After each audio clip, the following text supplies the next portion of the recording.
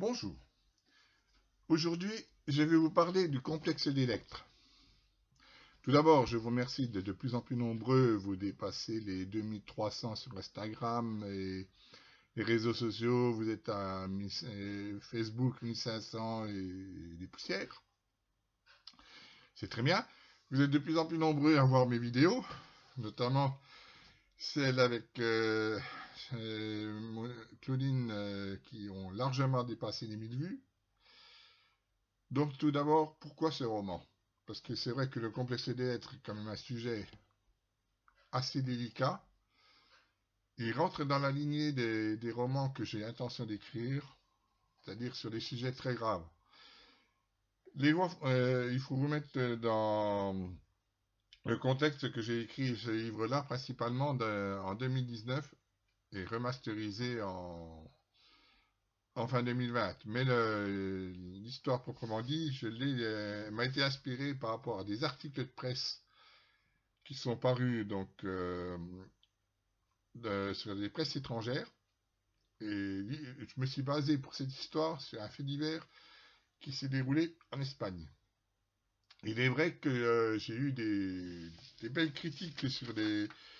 J'ai envoyé ce manuscrit à plusieurs éditions, notamment en France, au Canada et ailleurs. Et je n'ai eu que des... Ils hésitaient. J'ai même eu un éditeur français qui, au téléphone, me disait: vous vous rendez compte, vous plaidez pour le complexe, vous plaidez pour l'inceste, vous êtes un plaidoyer pour l'inceste. Faux. Entièrement faux. Je vais vous expliquer pourquoi. Vous verrez, vous comprendrez. J'ai quand même une fille et des petites filles. Il m'est jamais arrivé en tête ce genre d'histoire. Mes livres sont, dans la majorité des cas, basés sur des faits réels. Et donc, j'essaie de me mettre à la place du protagoniste principal et de tenter de comprendre ce qu'il a vécu et d'exprimer ses sentiments.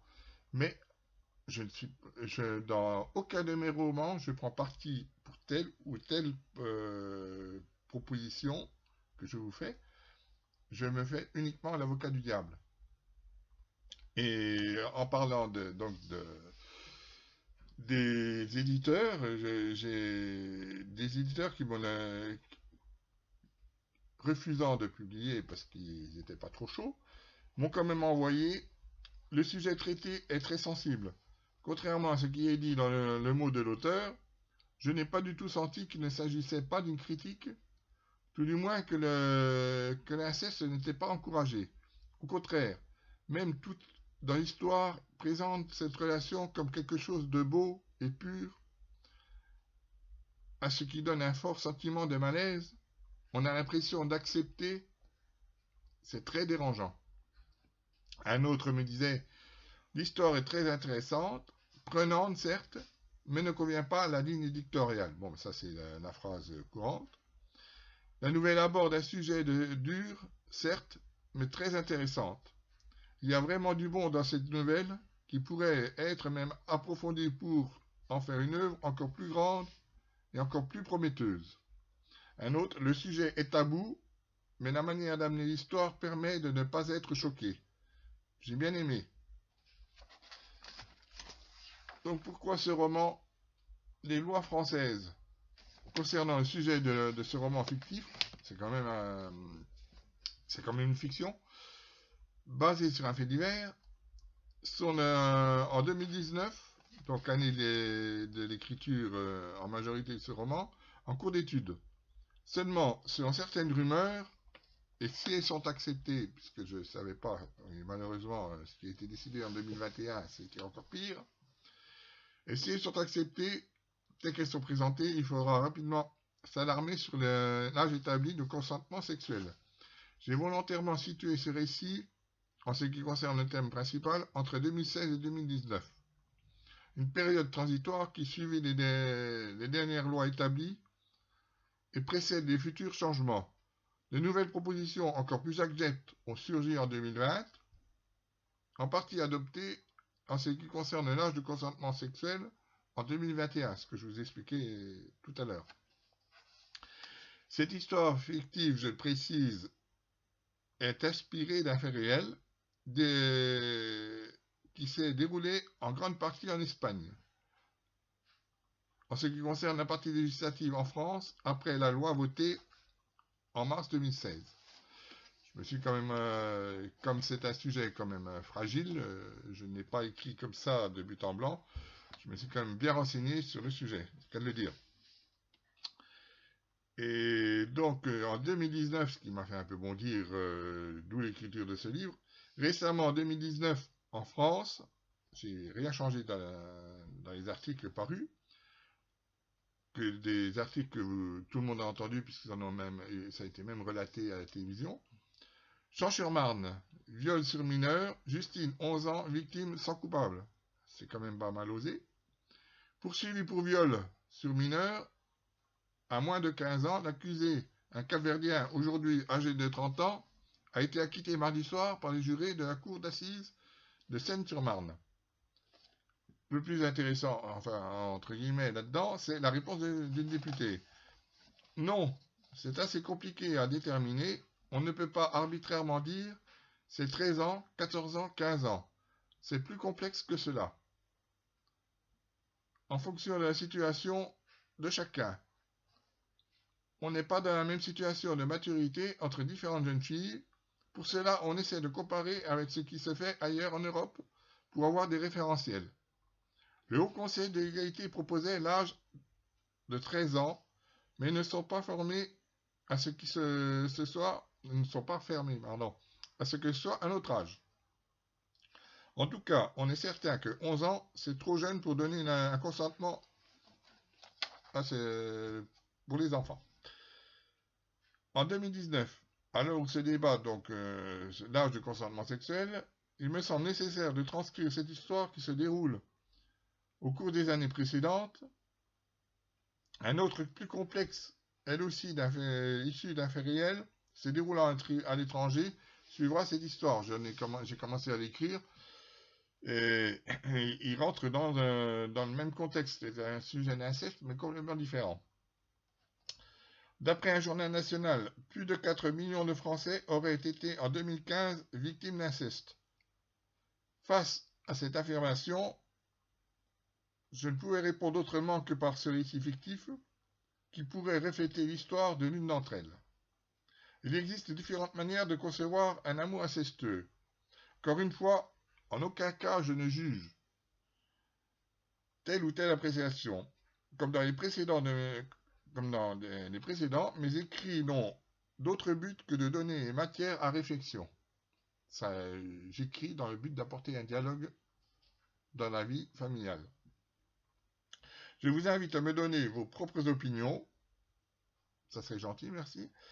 Même si je ne prends aucun parti dans ce que je transcris, je condamne, écoutez-moi bien quand même, contrairement à ce qu'on me disait, je condamne toutes les relations commises par viol ou violence, incestueuse ou non, comme je l'ai fait dans Nathalie, qui donc rend hommage à la victime conjugale, aux victimes de violences conjugales.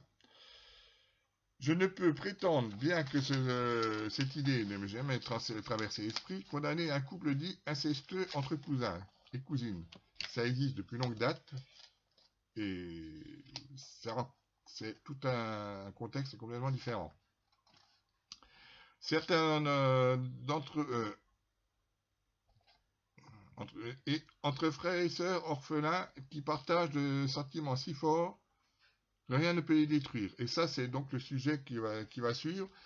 Ce sont deux frères et sœurs orphelins de père et de mère dans un autre contexte, vous verrez pourquoi, mais qui ont été séparés dès leur plus jeune âge de plus de 1000 km et qui se sont retrouvés à l'adolescence, pour ainsi dire, qui sont tombés amoureux l'un de l'autre et qui ont fini par se marier, mais sans jamais savoir. Ils ont découvert bien plus tard qu'ils étaient frères et sœurs. Et dans ce cas-là, bon, c'est un amour incestueux, oui, mais il faut comprendre pourquoi. Et n'aurais pas voulu être à leur place. Depuis mon premier essai paru en 1980, certains d'entre vous les condamneront en les classant comme des dégénérés mentaux. Avant de les juger, il faudrait connaître comment est né cet amour, comme je vous l'expliquais, lié souvent au complexe d'Oedipe et au contexte familial. Exactement ce que je vous disais. Depuis mon premier essai paru en 1984, L'emprise de néant, qui s'est très bien vendu dans pas mal de coins en France, et je vous en remercie encore. À l'époque, j'ai dû en vendre un peu plus de 1000. L'emprise du néant, donc, je me suis fixé comme ligne d'écriture des sujets hors du commun. Je sais que c'est un risque à prendre, j'en prends beaucoup. C'est ainsi qu'est née Adeline, une histoire concentrée sur l'homosexualité au féminin, qui est donc reparue en portant un autre nom, et est parue 2 ans plus tard La Maison de la Honte, qui est donc issue d'une histoire vécue par une connaissance, et qui transcrit la vie d'un adolescent homosexuel qui fut mis à la rue par son père, le jour de son coming out. Je vous parle pas des autres parce que ils vont ressortir sous d'autres noms. Et je vous remercie de leur faire une bonne entrée. Le récit que vous allez suivre vous transportera dans une romance incestueuse que je qualifierais de semi-volontaire. D'autres histoires se sont réellement déroulées en Espagne. Donc comme c'est l'histoire que je vais vous conter, s'est déroulée réellement en Espagne. Et aux États-Unis, pardon, ainsi que dans d'autres pays, sans doute, sans que la vérité n'éclate.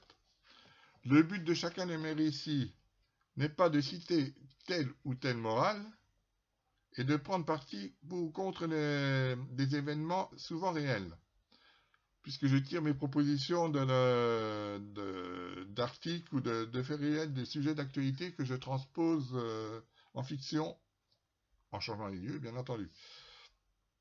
J'en ai vécu certaines, j'ai eu connaissance d'autres.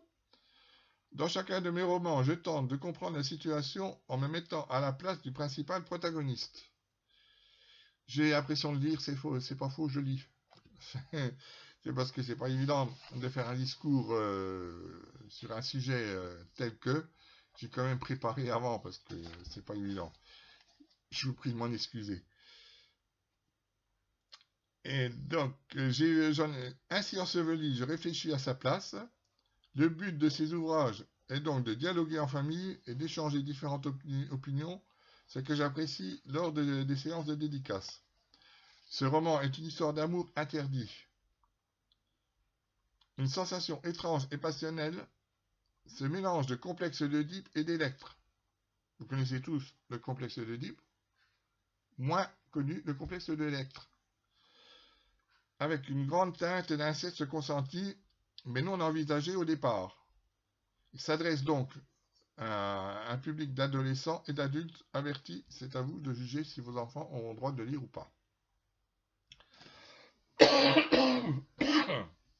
Pardon, encore une fois. Le complexe d'Oedipe est un passage obligé chez l'enfant, et principalement pour une fille qui, à 3 ans environ, cherche naturellement à prendre la place de sa maman. C'est à vous, parents, de limiter et de mettre une barrière, encore une de plus. C'est au père donc de réagir avec délicatesse, par exemple, en lui disant « Tu es très jolie, mais je suis déjà marié avec maman. Quand tu seras grande, je suis sûr que tu trouveras un jeune homme qui te plaît, avec lequel tu pourras toi aussi avoir des enfants. » La relation père-fille est très particulière, et en tant que parent, il vous faut connaître quelques éléments afin de passer la période dite d'Électre que votre petite fille va traverser. Une période tout à fait naturelle, surtout quand il s'agit d'une fille unique, comme dans cette histoire. Tout comme dans la majorité de mes romans, dits à thème, je vous inviterai à consulter les dernières pages relatives à la loi. Je vous souhaite donc autant de plaisir à me lire que j'en ai à écrire. Avant tout, je vais vous donner, pour terminer, la définition proprement dit du complexe d'Electre. Donc, le complexe d'Electre est un concept théorique de Carl Gustav Jung, qu'il a nommé ainsi en référencement à l'héroïne grecque qui vengea son père Agamemnon en faisant assassiner sa propre mère. Clytemnestre, il pensait ainsi avoir créé un équivalent du complexe d'Oedipe de Freud, mais notons que ce dernier n'a pas accepté cette proposition.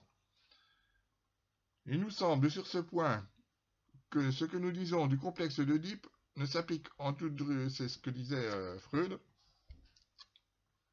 ne s'applique en toute rigueur qu'à l'enfant du sexe masculin et que nous sommes fondés à refuser l'expression du complexe d'Electre qui insiste sur l'analogie du comportement des deux sexes.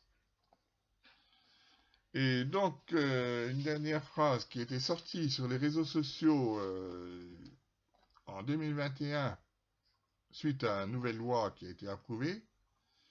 C'était une sorte d'écœurement que j'ai moi-même affiché, que j'ai partagé sans complexe, qu'à de dire. J'ai 13 ans, que je fasse... Pardon, j'ai 13 ans, que je fasse 11 ans, 13 ans ou 17 ans, j'ai 13 ans. Peu importe ma tête et mon corps, j'ai 13 ans. Et parce que je n'ai que 13 ans, je ne suis pas en mesure de consentir un acte sexuel avec un adulte. Je vais arrêter là pour aujourd'hui. Je vous remercie de votre attention et je vous remercie encore d'être de plus en plus nombreux à écouter mes vidéos. N'hésitez pas à les partager. Et si vous avez d'autres questions concernant ce livre, je suis là pour vous y répondre. Merci et au revoir.